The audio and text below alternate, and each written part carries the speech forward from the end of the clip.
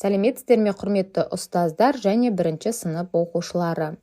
Математика сабағына қош келдіңіздер. Бүгін бізде 85-ші сабақ шамаларды өлшеу тақырыбы. Бүгінгі сабақта біз өткен шамаларды қайталайтын боламыз. Бірінші тапсырма. Әлия ертегі оқыды. Неше минут өтті? Бірінші сағатқа қарайық. Бірінші сағатымызда сағаттық тіл көк түсті, 4-ті көрсетіп тұр.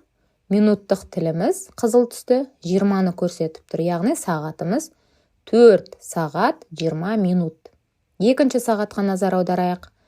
Сағаттық тіл, яғни көк түсті тіліміз 4 пен 5-тің ортасында тұр.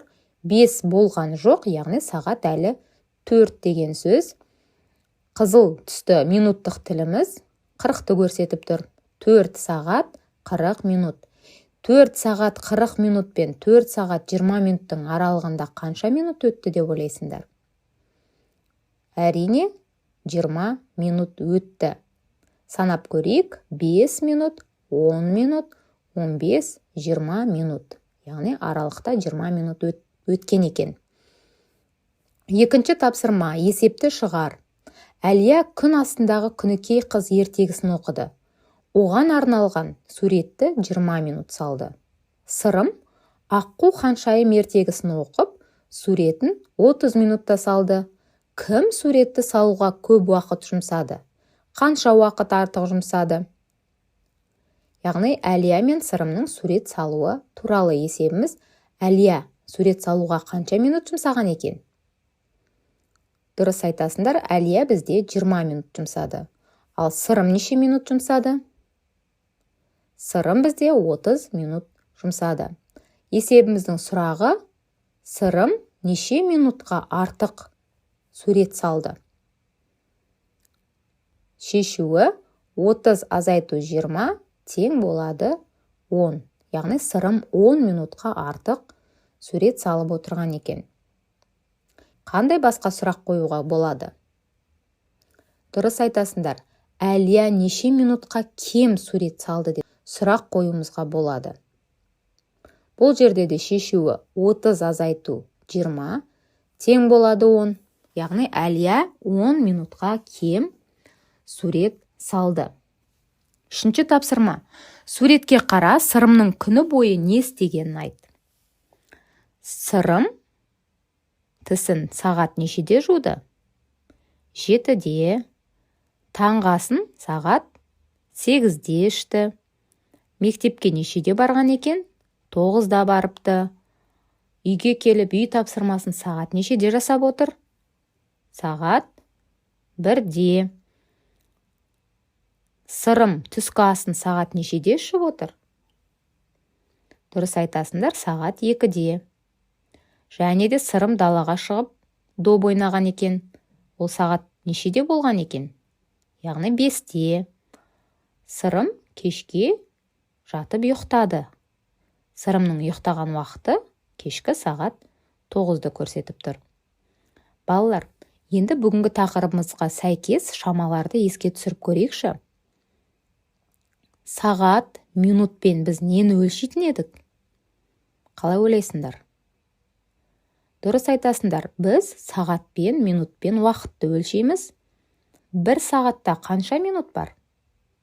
Алдыңғы сабақта өткенбіз, есімізге түсірейік. Бір сағатта 60 минут бар. Келесі шамамыз дециметр, сантиметр. Дециметр мен сантиметрмен нені өлшейтін едік? Дұрыс айтасыңдар, ұзындықты өлшейтін едік. Бір дециметрде қанша сантиметр бар? Дұрыс, бір дециметрде 10 сантиметр бар. Балалар, литрмен нені өлшейтін едік? Есімізге түсірейікші. Дұрыс айтасыңдар. Ыдыстың ішіндегі сыйымдылықты литрмен өлшейтінбіз. Мысалға, берілген шелектегі судың қанша литр екендігін, немесе сүттің қанша литр екендігін, немесе банкадағы шырынның қанша литр екендігін білуімізге болады. Яғни сыйымдылықты, сұйықтықты біз литрмен өлшейміз. Келесі килограмм, килограмммен не өлшейтін едік, есімізге түсірейік. Дұрыс айтасыңдар, салмақты массаны килограмммен өлшейтінбіз. Кез келген тағамның, көкөністің, жемістің массасын білу үшін, немесе адам өз салмағын да осы килограмммен өлшейді. Оны өлшеуіш құралдарымыз таразы болып табылады. Балалар, осыған байланысты берілген 4-ші есепті орындап көрейікші. 3 сағатқа 7 сағатты қосайық, 40 сағаттан 30 сағатты азайтайық, 60 минуттан 50 минутты азайтайық, 40 минутқа 10 минутты қосайық. Өзіңді тексеріп көр. Келесі 6 дециметр азайту 4 дециметр, 7 дециметр қосу 2 дециметр, 70 сантиметр қосу 30 сантиметр, 100 сантиметр азайту 80 сантиметр. Өзіңді тексеріп отыр. Келесі 60 литр қосу 30 литр, 90 литр азайту 10 литр, 40 килограмм қосу 30 килограмм, 90 килограмм азайту 80 килограмм. Өзіңді тексер. Бұл тапсырма саған ешқандай қиындық туғызады деп ойламаймын, сондықтан өзіңмен орындай аласың. Балалар, 5-ші тапсырма, сен зерттеушісің айдарына назар аударайықшы және мұқият тыңдайық. Пойыз әр қалаға әр түрлі уақытта жүреді.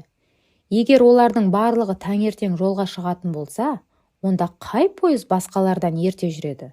Ал қай пойыз соңғысы болып жолға шығады? Кәнекей, берілген сағаттарға және пойыздардың бағыттарына қарай отырып, қайсысы ең бірінші жолға шығады деп ойлайсың? Дұрыс, Өскемен Алматы бағыты бойынша таңертеңгі таңғы 4-те сағат ең ерте шығатын пойызымыз осы болып тұр. Ал ең соңғысы болып шығатын пойыз қайсысы, балалар? Дұрыс айтасыңдар, Алматы Нұрсұлтан бағыты бойынша сағат 9-да шығатын пойызымыз. Ал ол берілген сағаттарды өсу ретімен айтып көрейікші. Сағат 4, сағат 5, сағат 6, сағат 7, сағат 8, сағат 9. Ярайсыңдар. Енді дәптерімізді ашып, дәптермен жұмыс жасап көрейік. Бірінші тапсырма. Сағаттар қандай уақытты көрсетіп тұр? Сызып қос. Бұл тапсырма өте жеңіл тапсырма, сондықтан өзімізді тексереміз. Өзіңді тексер. Бірінші сағатымыз сағат 10-ды көрсетіп тұр, екінші сағатымыз 1, үшінші сағат 2, төртінші сағатымыз 3-ті көрсетіп тұр. Келесі тапсырмаға назар аударайық. Екінші есеп құрастырып, оны шығар. Суреттен нені көріп отырмыз, балалар? Дұрыс айтасыңдар, шелектерді көріп отырмыз. Шелектердің түсі қандай екен? Жасыл және күлгін. Жасыл шелекте қанша литр су бар? Дұрыс айтасыңдар, жасыл шелекте 10 литр су бар. Ал күлгін шелекте қанша литр су бар? Дұрыс, күлгін шелегімізде 4 литр су бар екен. Енді сұлбаға қарай отырып, қандай сұрақ қояды екенбіз есепке? Күлгін шелектің жасыл шелектен неше литрі кем деген сұрақ қоямыз. Есептің шешуін тауып көрейік. 10 азайту 4 тең болады 6. Жауабы күлгін шелектің 6 литрі кем екен. Және сонымен қатар берілген сұлбаны да сандық деректермен толтырамыз.